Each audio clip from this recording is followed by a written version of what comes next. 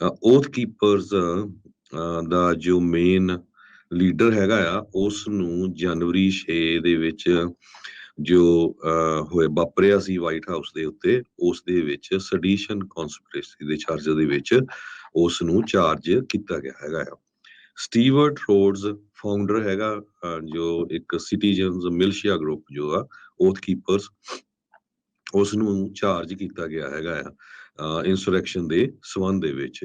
2 ਹੋਰ ਉਹਨੂੰ ਕੌਂਸਪੀਰੇਸੀ ਚਾਰजेस ਉਹਦੇ ਤੇ ਲਾਏ ਗਏ ਆ, ਤੇ ਉਹਦਾ ਜਿਹੜਾ ਕੋ ਡਿਫੈਂਡੈਂਟ ਕੈਲੀ ਮੈਗਜ਼ ਆ, ਉਸ ਨੂੰ ਵੀ ਐਂਟੀ ਗਵਰਨਮੈਂਟ ਗਰੁੱਪ ਦਾ ਜੋ ਫਲੋਰੀਡਾ ਚੈਪਟਰ ਆ ਉਹਦੇ ਨਾਲ ਸੈਡੀਸ਼ਨ ਕੌਂਸਪੀਰੇਸੀ ਦੇ ਵਿੱਚ ਚਾਰਜ ਕੀਤਾ ਗਿਆ ਹੈਗਾ। ਜਿਹੜੇ ਜੂਰਰਸ ਆ, ਉਹਨਾਂ ਨੇ 5 ਡਿਫੈਂਡੈਂਟਸ ਨੂੰ ਗਿਲਟੀ ਕਰਾਰ ਦਿੱਤਾ ਗਿਆ obstruction of official proceeding, Congress ਦਾ certification of Biden's electoral victory ਦੇ ਸੰਬੰਧ ਦੇ ਵਿੱਚ।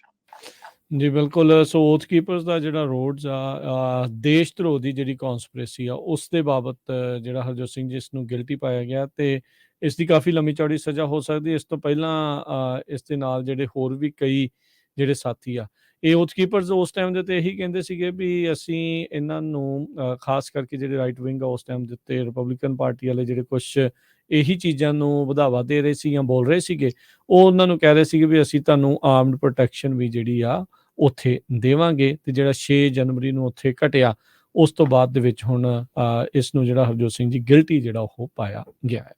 ਅਗਲੀ ਗੱਲ ਕਰਦੇ ਜਾਈਏ, ਕਾਂਗਰਸ ਦੇ ਵਿੱਚ ਅੱਜ ਜਿਹੜਾ ਸੇਮ ਸੈਕਸ ਮੈਰਿਜ ਤੇ ਰਿਲੀਜੀਅਸ ਫਰੀडम ਆ, ਉਸ ਦਾ ਜਿਹੜਾ ਫਾਈਨਲ ਸੈਨੇਟ ਹਰਡਲ ਆ ਉਹ ਵੀ ਜਿਹੜਾ ਕਲੀਅਰ ਹੋ ਗਿਆ ਹੈ। ਸੋ ਲਾਅ ਜਿਹੜਾ ਆ ਸੇਮ ਸੈਕਸ ਮੈਰਿਜ ਨੂੰ ਲੈ ਕੇ ਉਹ ਹੁਣ ਕਾਨੂੰਨ ਜਿਹੜਾ ਇੱਕ ਹਿਸਾਬ ਦੇ ਨਾਲ ਬਣ ਜਾਵੇਗਾ। ਸੋ ਇਹ ਇੱਕ ਵੱਡੀ ਜਿਹੜੀ ਚੀਜ਼ ਦੇਖੀ ਗਈ ਆ। ਬਾਈ ਪਾਰਟੀਜਨ ਸਪੋਰਟ ਦੇ ਨਾਲ ਇਹ ਬਿੱਲ ਜਿਹੜਾ ਉਹ ਪਾਸ ਹੋਇਆ ਹੈ।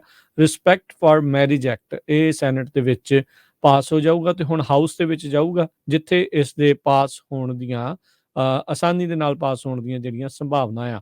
36 ਦੇ ਮੁਕਾਬਲੇ 61 ਵੋਟਾਂ ਦੇ ਨਾਲ US ਸੈਨੇਟ ਦੇ ਵਿੱਚ ਇਹ ਰਿਸਪੈਕਟ ਫਾਰ ਮੈਰਿਜ ਐਕਟ ਜਿਹੜਾ ਆ ਉਹ ਪਾਸ ਹੋਊਗਾ। ਇਸ ਦੇ ਨਾਲ ਫੈਡਰਲ ਸਰਕਾਰ ਹਰ ਤਰ੍ਹਾਂ ਦੇ ਜਿਹੜੇ ਵਿਆਹ ਆ, ਚਾਹੇ ਉਹ ਬੰਦੇ ਦਾ ਹੈ ਤੇ ਬੁੜੀ ਦਾ ਆ, ਉਸ ਨੂੰ ਉਹ ਇੱਕ ਹਿਸਾਬ ਦੇ ਨਾਲ ਮਾਨਤਾ ਦਿੱਤੀ ਜਾਊਗੀ। ਤੇ ਜਿੱਥੇ ਲੀਗਲ ਹੈਗੇ ਨੇ ਸਟੇਟ ਦੇ ਵਿੱਚ, ਜਿੱਥੇ ਇਹ ਉਹਨਾਂ ਦੇ ਹੋਇਆ ਹੋਊਗਾ। ਸੋ ਇਹ ਸਾਰੀਆਂ ਚੀਜ਼ਾਂ ਇੱਕ ਵੱਡੀ ਜਿਹੜੀ ਚੇਂਜਿਸ ਆ ਉਹ ਦੇਖੀ ਗਈ ਆ। 12 ਜਿਹੜੇ ਰਿਪਬਲਿਕਨਸ ਆ ਉਹਨਾਂ ਨੇ ਇਸ ਦੇ ਵਿੱਚ ਸਾਥ ਦਿੱਤਾ। US ਦੇ ਸੈਨੇਟ ਦੇ ਵਿੱਚ ਜਿਹੜੀ ਵੋਟ ਹੋਈ ਆ ਉਸ ਦੇ ਵਿੱਚ, ਉਧਰ ਹਾਊਸ ਦੇ ਵਿੱਚ ਆਲਰੇਡੀ ਡੈਮੋਕ੍ਰੇਟਸ ਦੀ ਉੱਥੇ ਹਾਲ ਦੀ ਘੜੀ ਮੈਜੋਰਟੀ ਆ, ਇਸ ਦਸੰਬਰ ਦੇ ਐਂਡ ਤੱਕ ਰਹਿਣੀ ਆ, ਤੇ ਉਹਦੇ ਵਿੱਚ ਇਸ ਬਿੱਲ ਨੂੰ ਜਿਹੜਾ ਉਹ ਪਾਸ ਆਸਾਨੀ ਦੇ ਨਾਲ ਕਹਿੰਦੇ ਵੀ ਹੋ ਜਾਊਗਾ। ਤੇ ਉਹ ਹੋਣ ਤੋਂ ਬਾਅਦ ਚ ਹਰਜੋਤ ਸਿੰਘ ਜੀ ਫਿਰ ਇਹ ਪ੍ਰੈਜ਼ੀਡੈਂਟ ਬਾਈਡਨ ਦੇ ਕੋਲ ਸਾਈਨ ਹੋਣ ਦੇ ਲਈ ਜਾਵੇਗਾ। ਰਿਪਬਲਿਕਨ ਤੇ ਡੈਮੋਕ੍ਰੈਟਿਕ ਕਾਂਗਰੈਸ਼ਨਲ ਲੀਡਰਸ ਜੋ ਆ, ਉਹਨਾਂ ਨੇ ਐਗਰੀ ਕਰ ਲਿਆ ਆ ਵੀ ਇੱਕ ਬਿੱਲ ਜਿਸ ਨੂੰ ਪਾਸ ਕੀਤਾ ਜਾਵੇਗਾ ਆਉਣ ਵਾਲੇ ਦਿਨਾਂ 'ਚ, ਜਿਹਦੇ ਨਾਲ ਨੇਸ਼ਨ ਵਾਈਡ ਜੋ ਰੇਲ ਵਰਕਰਸ ਦੀ ਸਟ੍ਰਾਈਕ ਹੋਣੀ ਆ ਉਸ ਨੂੰ ਟਾਲਿਆ ਜਾ ਸਕੇ। ਉਹਦੇ ਨਾਲ US ਦੀ ਇਕਨੋਮੀ ਦੇ ਉੱਤੇ ਬਹੁਤ ਵੱਡਾ ਅਸਰ ਪੈਣ ਜਾ ਰਿਹਾ ਹੈ। ਹਾਊਸ ਸਪੀਕਰ ਨੈਂਸੀ ਪਲੋਸੀ ਕਹਿੰਦੀ ਹੈ ਵੀ ਮੈਂ ਇਸ ਬਿੱਲ ਨੂੰ ਬੁੱਧਵਾਰ ਨੂੰ ਹੀ ਫਲੋਰ ਤੇ ਲੈ ਜੀ ਬਿਲਕੁਲ। ਇਹ ਕੱਲ ਦੇ ਜਿਹੜੇ ਰਾਸ਼ਟਰਪਤੀ ਬਾਈਡਨ ਆ ਉਹਨਾਂ ਨੇ ਆਵਾਜ਼ ਜਿਹੜੀ ਉਹ ਲਾਈ ਆ ਵੀ ਭਾਈ ਇਸ ਨੂੰ ਜਲਦੀ ਜਿਹੜਾ ਟੈਂਟੇਟਿਵ ਐਗਰੀਮੈਂਟ ਆ ਇਸ ਨੂੰ ਕਾਂਗਰਸ ਜਿਹੜੀ ਉਹ ਪਾਸ ਕਰੇ, ਤਾਂ ਜੋ ਹੁਣ ਛੁੱਟੀਆਂ ਦਾ ਵੀ ਸੀਜ਼ਨ ਆ ਤੇ ਓਵਰਆਲ ਇਕਨੋਮੀ ਦੇ ਉੱਤੇ ਕਾਫੀ ਭੈੜਾ ਜਿਹੜਾ ਅਸਰ ਪਊਗਾ ਜੇ ਰੇਲ ਰੋਡ ਜਿਹੜੀਆਂ ਉਹ ਹਰਜੋਤ ਸਿੰਘ ਜੀ ਬੰਦ ਹੁੰਦੀਆਂ ਹੈਗੀਆਂ।